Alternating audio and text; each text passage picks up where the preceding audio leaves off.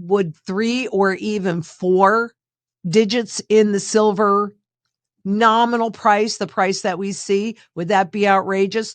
No, it's worth at a minimum $1,300 an ounce. And that's just based on the 20th to 1 that historically we were. These were both, well, it's a peace dollar. Okay.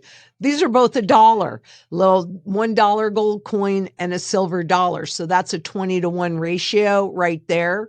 So according to my calculations, you're looking at the true fundamental value of an ounce of gold at somewhere between $33,000 and $40,000 an ounce. I want to talk about the issue of gold revaluation, because this is something that's kind of re-entered the consciousness of stackers recently due to the fact that the Fed released a paper examining gold revaluation in other countries and its impact. This has led a lot of people to speculate that the Fed is considering a similar move, currently valuing their gold at $42.22 on the balance sheet.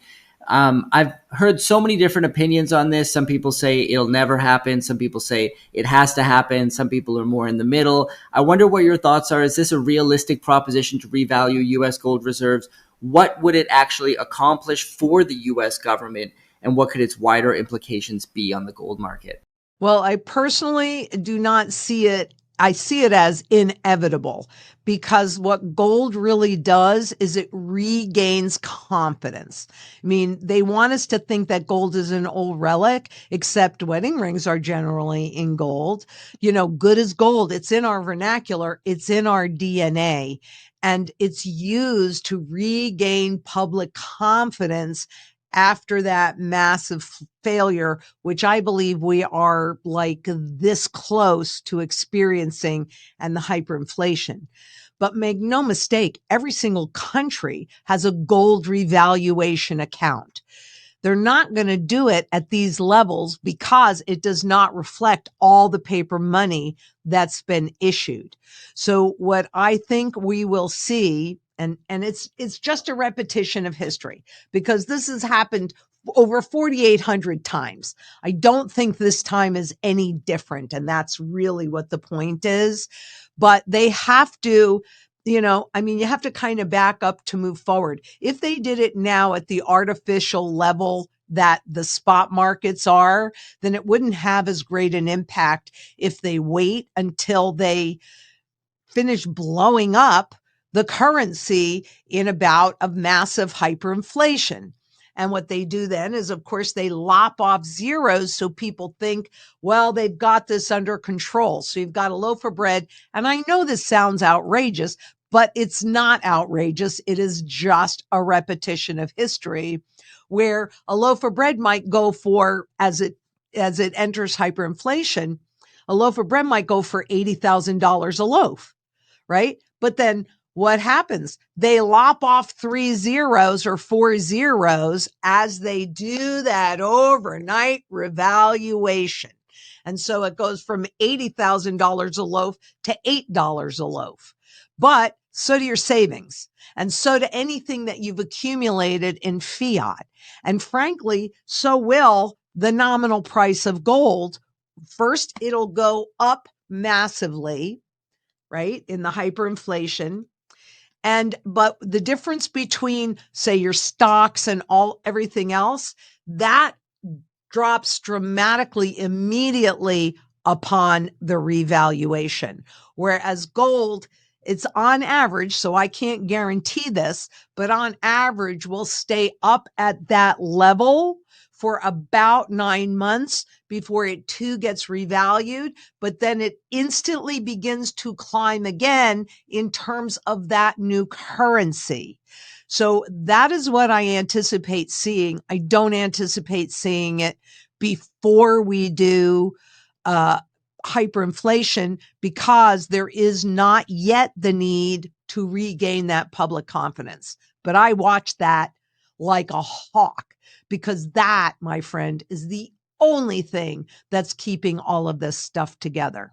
Well, speaking of trying to keep things together, the Genius Act, stablecoins, these are two things that you mentioned before we hit record today that you've been watching very closely. Walk us through the basics of what the Genius Act is and why you think the U.S. government has introduced it. Well, the Genius Act is the first legal foundation for cryptocurrencies and stable coins in particular.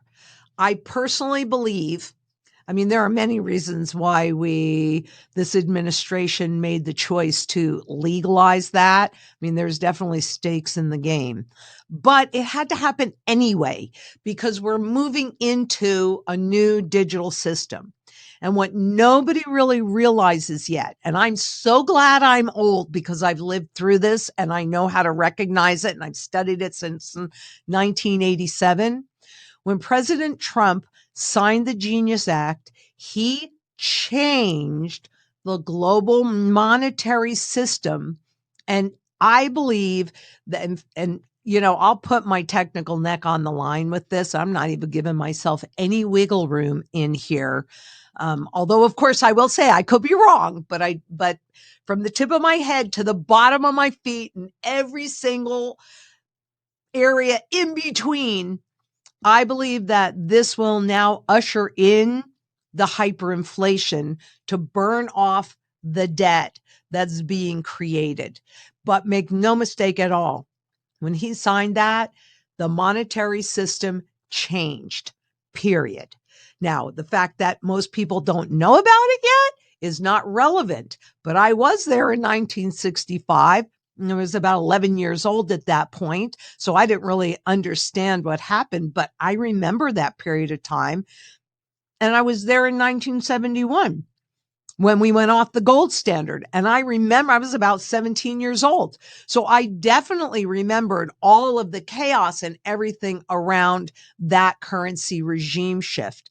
And there is not one doubt in my mind that we just experienced that a couple of weeks ago or 3 weeks ago, whenever he did that, the beginning of this month. And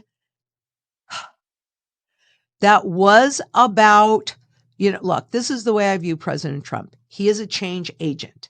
This change had to happen because we have used up all the purchasing power value in this stuff. And once you do that, there is no place to inflate away. You must attack principle. But since at the same time, what's been happening is a shift in the allegiances on a global basis. So the rest of the world has, as we know, they've been turning away from the U.S. Treasury market, which is the foundation of the global financial system. Well, when one market goes away, they got to find a new one. And so by legalizing the Genius Act and requiring all of the stable coins, at least that are issued by this country, to be dollar-backed one-to-one, what he's done is created a new artificial market, just like Kissinger did back in the 80s, 70s, and 80s with the petrodollar. So that's what he's attempting to do. And right now, according to a recent article, think about this because it's crazy, right? But in a recent article by the St. Louis Federal Reserve, they talked about the impact of the stablecoins. And right now, there's about 125 billion stablecoins in this market. And most of them, it could be, I don't have this number in front of me, but somewhere between, I think it's even 99% of currently all stable coins that are issued are dollar based. And they've been adopted majorly in third world countries, particularly in Africa, where their currencies are experiencing very, very high inflation. So what he's done is he's made sure that every new stable coin that's going to be issued by any corporations in the US, because that's who issues them. We don't want CBDCs here. Okay, well, I'm pretty sure we don't want stable coins either, but the CBDCs have a central location and there would just be one per country. The stable coins are issued by any corporation. So we'll have Amazon stable coins and Walmart stable coins and Kmart stable coins and, JC Penney, as well as JP Morgan, as well as as Hong Kong stable coins, the yuan stable coins. So it is an extraordinarily fragmented market, but they are thinking that within the next 2.5 years, by 2028, they will go from about 125 billion stable coins to $2 trillion in stable coins.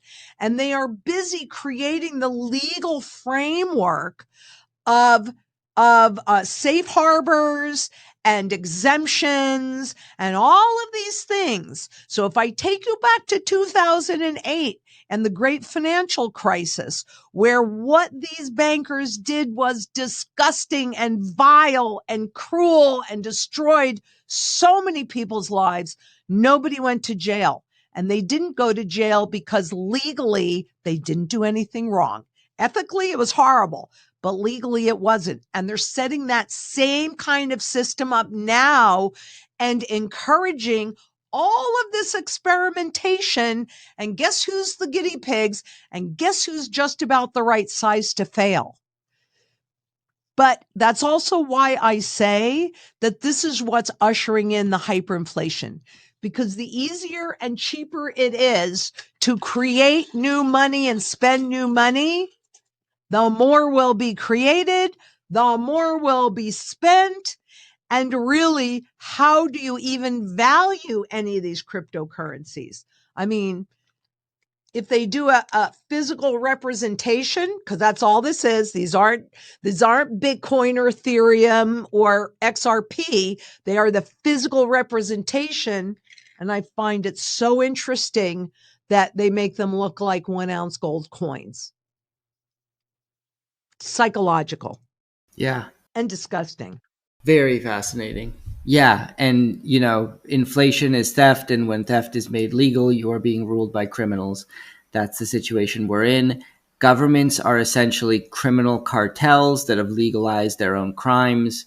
And the bankers and central banking system is a huge part of that. The fact that people have not woken up to that en masse is a little disheartening. A topic we're going to get into a little bit later. But first, I want to highlight something you recently posted on X. A possible shift in the composition of the Fed's portfolio of Treasury holdings could result in the central bank buying nearly $2 trillion of bills over the next 2 years, according to Bank of America. You then added the hashtag #GotGold. Are we looking at Japanese-style yield curve control up ahead, where the Fed could end up being the main buyer of U.S. Treasuries to try and keep yields low? 100%. So, but now think about these numbers, right? If you've got 2 trillion coming in through stablecoin issuance and the Fed doing an about face onto their balance sheet of 2 trillion, that pretty much covers all that new debt that comes out in that big, beautiful bill, isn't it? Doesn't it? I mean, it's just to keep the game going, and they can, as long as the public maintains confidence in the system. Because bank to bank confidence, that ended in 2008, central bank to central bank confidence. And if you want me to go into any of these in more detail, but that ended in 2015. Market to central bank. Remember that they would tell the banks what they're going to do. Forward guidance. We're going to tell you what we're going to do so you can get into position. But that ended in 22. So there's only one layer of confidence that's left in this system, and that's the public still hoping beyond hope that this can regain some of its value. That's hopium. That is not a good plan. And it doesn't really work either, because the cards are stacked against you.